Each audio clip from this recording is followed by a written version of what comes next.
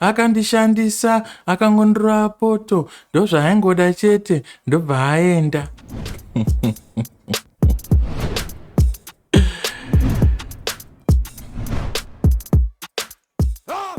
Makadi hamana shamwari, tikudai kukuchingamidzai pano pasekuru Good Picture TV. Patinodzitswanya, todzipepeta, todzikuya, tobva tadzikwatisa, todzidya eka nyaya dzeupenyu, especially nyaya dzema-relationships mostly. Saka pano pasekuru Good Picture ndakaona zvakakodzera kuti ndiadrese nyaya idzi uye ndipindure mimwe yemibvunzo isina kunge yakapindurwa kwese kwamaitsvaga muchida anza kuti why certain things happen in relationships, in marriages, and in life. Mostly I will be targeting relationships. So anyway, pana case yekuti zvinenge zvingonzi akandishandisa paakangorova poto, paakangona zvake zvaita akabva aenda. Today I will be answering one of the reasons why varume vachiti vakarova poto they disappear into thin air. Pakaipa. Okay, tichidarikira nenyaya yedu. One of the reason yandakaona why varume vachiti vakarova poto vanobva vadisappear.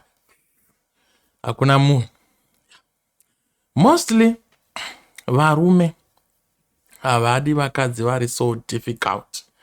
Men do not want women who are so difficult. What do I mean by women who are so difficult? I'm trying to say, patime iya unongochinyenga munhu iya, kana kuti patime ya unongochitsvetsva, ameno unoshandisa malanguage akasiyana siyana paunongochipropose. If a woman happen to be difficult, mwanza kune kumwe kunetsa kunoita vakadzi so kwekuti anenge achitsvedza asingabatike. You are trying all your best to impress her zviri general, anditi semunhu to munhu pasina material stuff.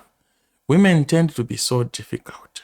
So what happens is men are going to use a lot of resources kuti win a game. They are going to use money. They are going to spoil you. Vachikuendesa kunodyiwa zvinonaka. They can buy you stuff zvinodhura.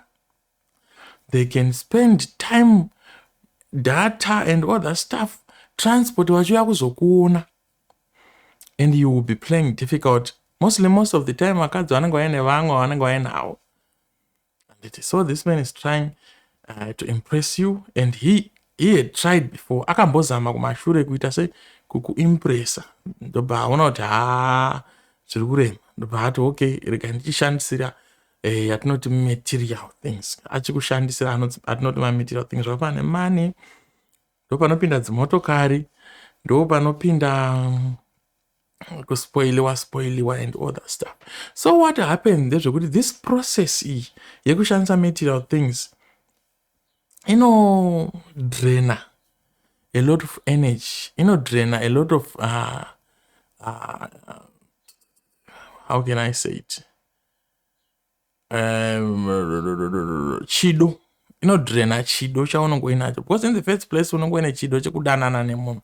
But then at the end of the day unozoona this person haasi kuita se haasi kundibvuma. So unobva wapinda mune yatinoti beast mode. Beast mode is whereby zvaneka kuda kuwachisana mukati. So what happens is kuti varume vanodzikama in the first place. They are going to spoil you, do a lot of stuff for you, and chi. Once win a game, obva varova poto, vanobva vadisappear. Then you started to wonder what happened. Ingaita unga anondida, ingaidi. Yes, you made it difficult for him.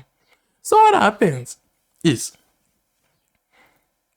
a man is going to calculate effort yaakaisa pauri, effort yaachiri kuisa kuti zvakamukosta zvakadii. Achabva ati okay, saka kana mandidanana nemunhu uyu, ndichisangana nemakosta akadaiwo pamunhu uyu, is it worth it to continue?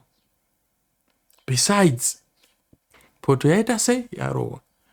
So calculator obva aona kuti this is not worth it. Remember, a man needs to save also. A man ane responsibilities.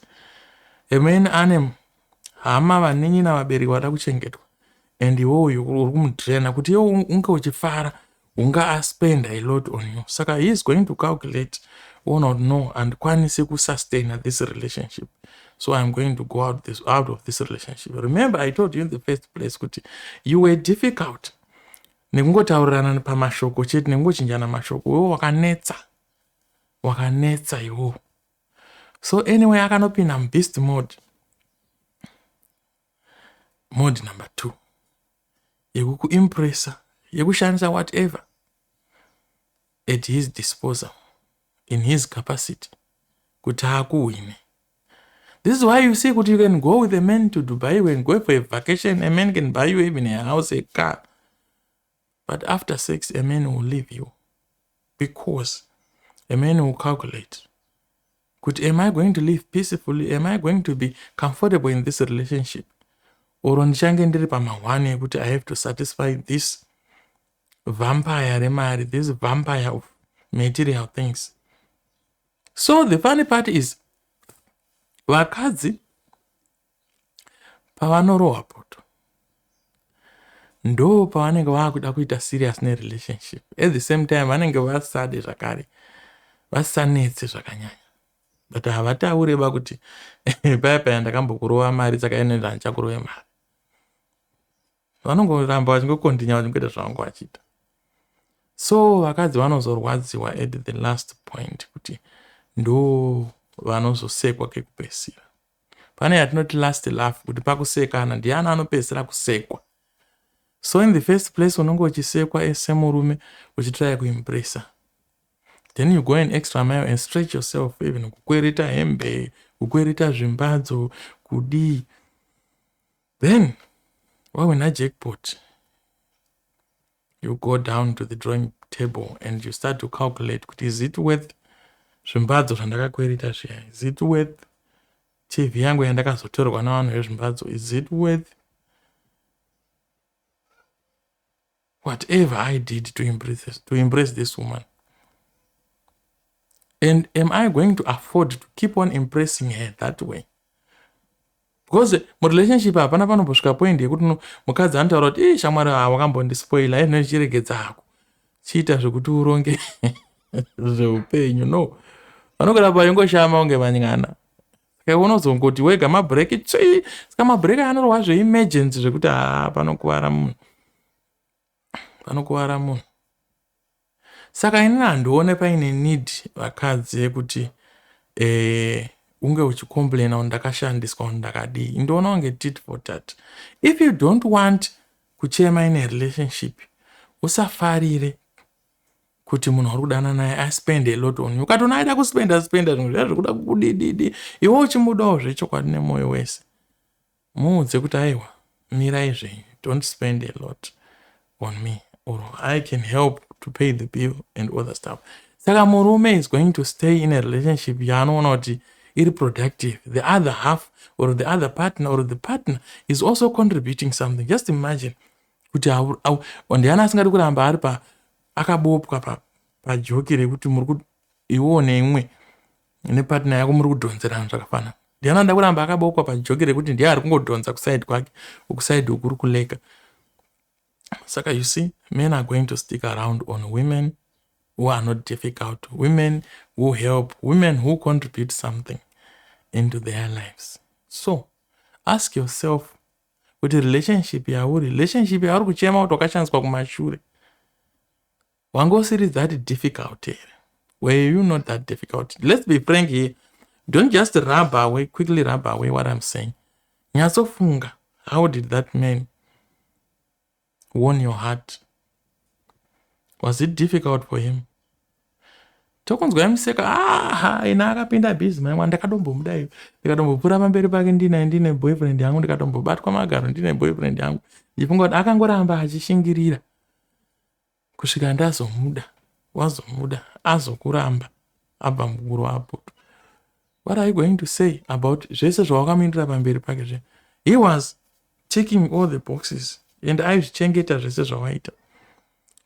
Chaakazongoita kuti aenderere mberi chete nekuramba akatsika magiya chaive chekuti anga atova murevenge mode yekuti no munhu ndangomugadzika mutishi ndangomugadzika pasi. So guys, don't be difficult when it comes to relationship. Kana uchinge wafunga kuramba chibva waramba totally, even munhu akauya nezvinhu zvake, motokari dzake nedzimari dzake nemapitsa ake, ramba. Asi ukangochiva mapitsa iwayo, ziva kuti wanyura. The man is going to get the last laugh by walking out of the relationship just or as soon as arova poto. My name is SGP. I hope mubvunzo wenyu wapindurika. Ndinotenda.